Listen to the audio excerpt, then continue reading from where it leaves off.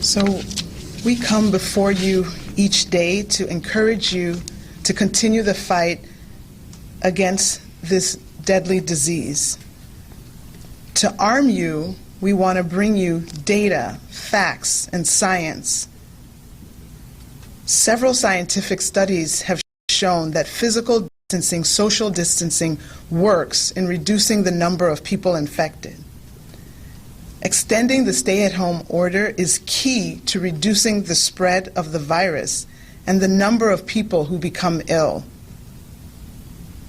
As you know, those who are moderately ill may need medical care.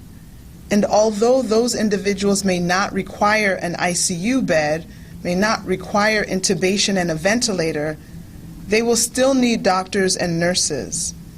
And the medical professionals who tend to them will still need the personal protective equipment to care for those who are moderately ill. We want to make sure that we have enough resources for those who are the sickest in order to reduce the overall number of people who are exposed and infected with COVID-19. We see that there are some hospitals that are reaching capacity of the number of ICU and ventilators.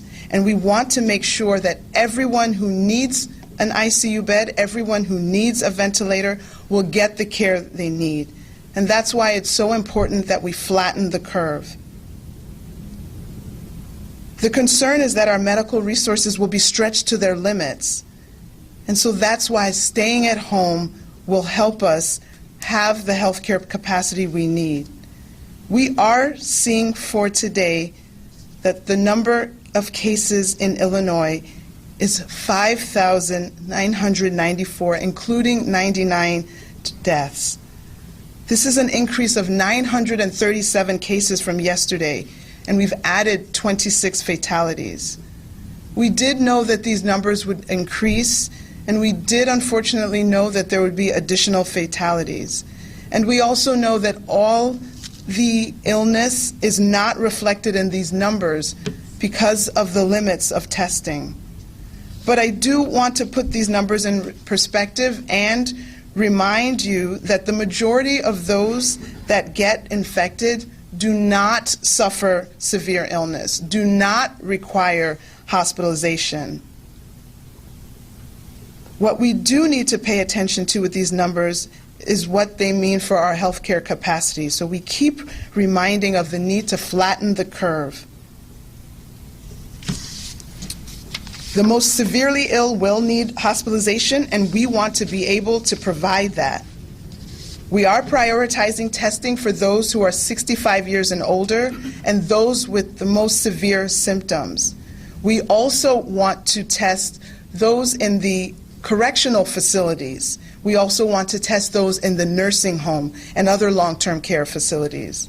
By testing those with the most severe illness and those at the highest risk, we will hopefully see the number of cases and the number of deaths increase with early identification. Early data does show that the vast majority of people, we think up to 80%, will not need any severe or critical care. We all need to do our part by staying home in order to reduce the spread. To better understand the effects of this virus, IDPH recently sent a survey to COVID-19 cases and asked about their recovery. It was sent to people who tested positive who were at least 7 days after their positive test result. Of those that responded, 48% indicated that they had recovered. And as we get more responses, we hope to show you that with more time, even more have fully recovered. I also want to share an update on the death of the infant that was reported earlier. Health officials are talking with pediatricians, are talking with the family, are talking with the hospital, the medical examiner, to discuss the entire medical history, all the way to acquiring all of the immunization dates. The CDC is on board and is partnering with the teams as we try to provide further information. Please understand that this investigation is ongoing, and I thank everyone for their patience, as these details do take time to collect. Our focus right now is preventing infection and the need for hospitalization, and the science has shown us that physical distancing will help. So please stay home. And as we get more information, more data, more science, we'll share with you. The CDC just recently put out new guidance in the last 24 hours saying that we should be concerned about people transmitting the virus even 24 or 48 hours before symptoms become.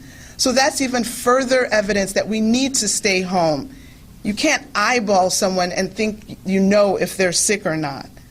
Let's continue to do what we've been telling ourselves to do, washing our hands, staying home, covering our cough, cleaning frequently touched surfaces. Let's do it all for ourselves, for our family, and for our community.